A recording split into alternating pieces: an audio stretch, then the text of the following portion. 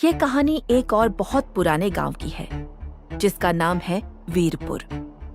वीरपुर एक पहाड़ी इलाके में बसा है जिसके चारों तरफ घने जंगल और ऊंची चट्टानें हैं। यहाँ के लोग बहुत मेहनती और सरल हैं, लेकिन उनके दिल में एक पुराना डर छिपा है। एक ऐसी कहानी जो सिर्फ बड़े बुजुर्ग सदियों से सुनाते आ रहे हैं।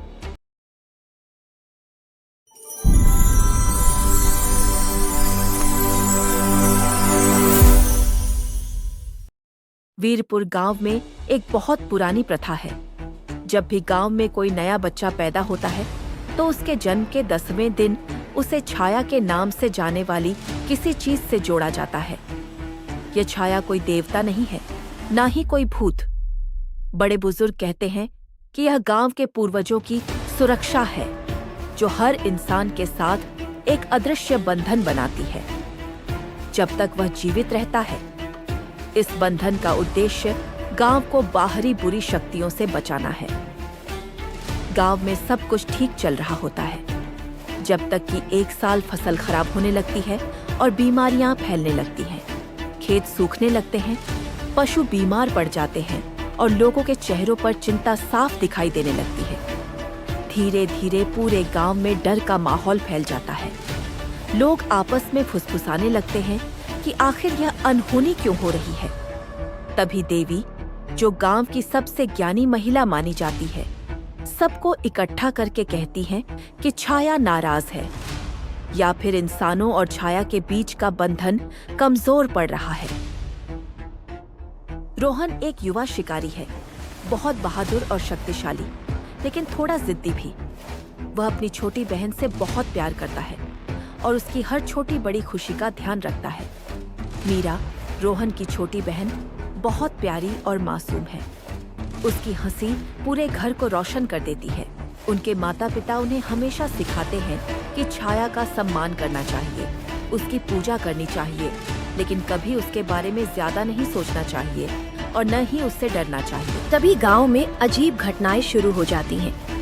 कुछ लोग रात को अपने घरों से गायब हो जाते हैं। दरवाजे अंदर से बंद मिलते हैं। खिड़कियां ज्यों की त्यों होती हैं, लेकिन इंसान जैसे हवा में घुल गया हो। सुबह उनकी लाशें गांव के बाहर, जंगल के किनारे या सूखे खेतों में मिलती हैं। उनके शरीर पर चोट का कोई निशान नहीं होता, खून की एक बूंद तक नहीं। बस उनकी आंखों में एक गहरा खालीपन होता है, जैसे उनकी रूह किसी ने खींचकर निकाल ली हो। और सबसे अजीब बात, उनके शरीर की कोई परछाई नहीं होती। सूरज की रोशनी सीधे उन पर पड़ती है, लेकिन जमीन पर कुछ भी नहीं बनता। जहां परछाई होनी चाहिए, वहां सिर्फ एक गहरा, खाली अंधेरा दिखाई देता है, मानो रोशनी भी उन्हें अपनाने से डर रही हो। रोहन यह सब देखकर भीतर तक डर जाता है। उसके मन में पहली बार यह ख्याल आता है कि शायद छाया ही इन सब के पीछे है। वह खुद को समझाने की कोशिश करता है, लेकिन हर नई घटना उसके संदेह को और गहरा कर देती है। एक रात बेचैनी में वह अपनी बहन मीरा के कमरे में जाता है। कमरा शांत होता है। खिड़की से चांदनी अंदर आ रही होती है। मीरा गहरी नींद में सो रही होती है, लेकिन तभी रोहन की नजर दीवार पर पड़ती है। मीरा की परछाई हिल रही होती है। मीरा बिल्कुल स्थिर है। उसकी सांसें सामान्य है, पर दीवार पर बनी उसकी परछाई धीरे धीरे हरकत कर रही है। वह उसके शरीर से अलग होकर फैलने लगती है, मानो कोई काला धुआं आकार ले रहा हो।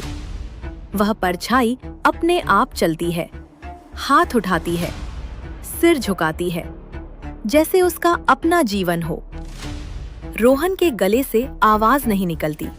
उसका दिल जोर जोर से धड़कने लगता है।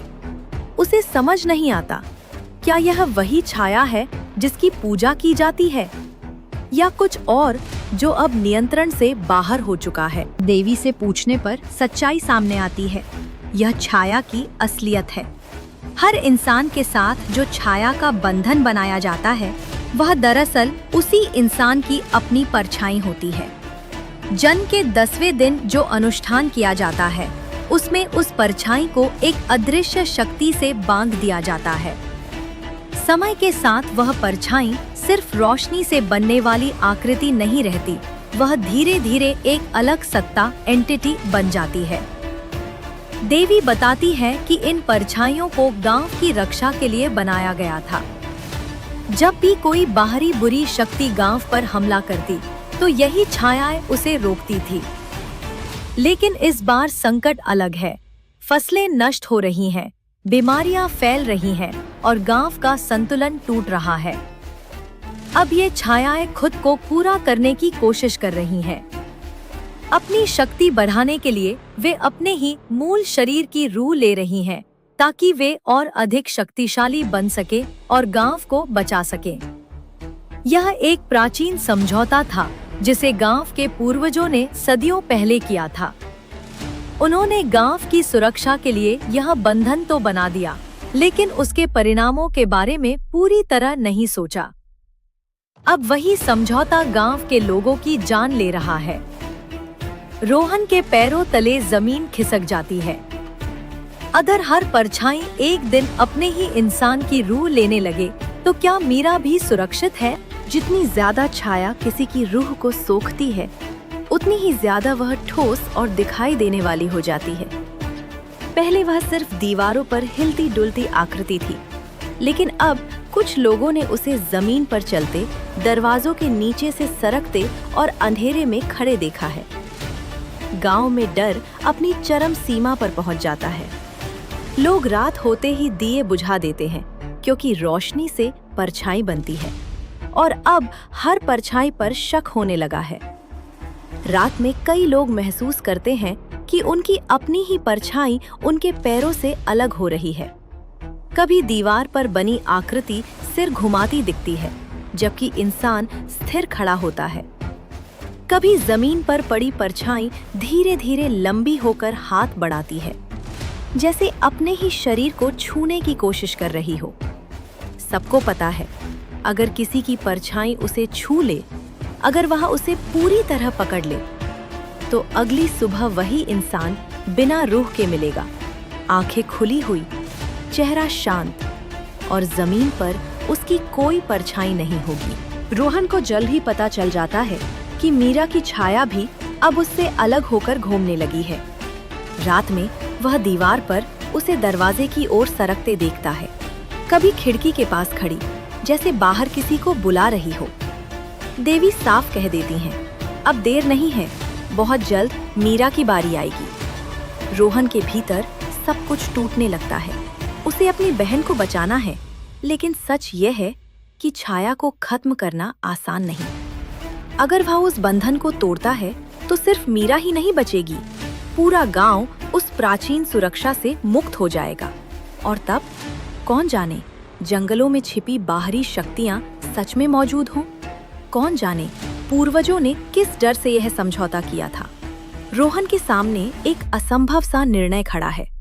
क्या वह अपनी बहन को बचाए और छाया के उस पुराने बंधन को तोड़कर गांव को अज्ञात खतरों के लिए खुला छोड़ दे, या फिर वह चुप रहे और मीरा को भी उसी नियति का हिस्सा बनने दे ताकि गांव सुरक्षित रहे। रात गहराती जा रही है। मीरा के कमरे की दीवार पर उसकी परछाई धीरे धीरे मुस्कुरा रही है।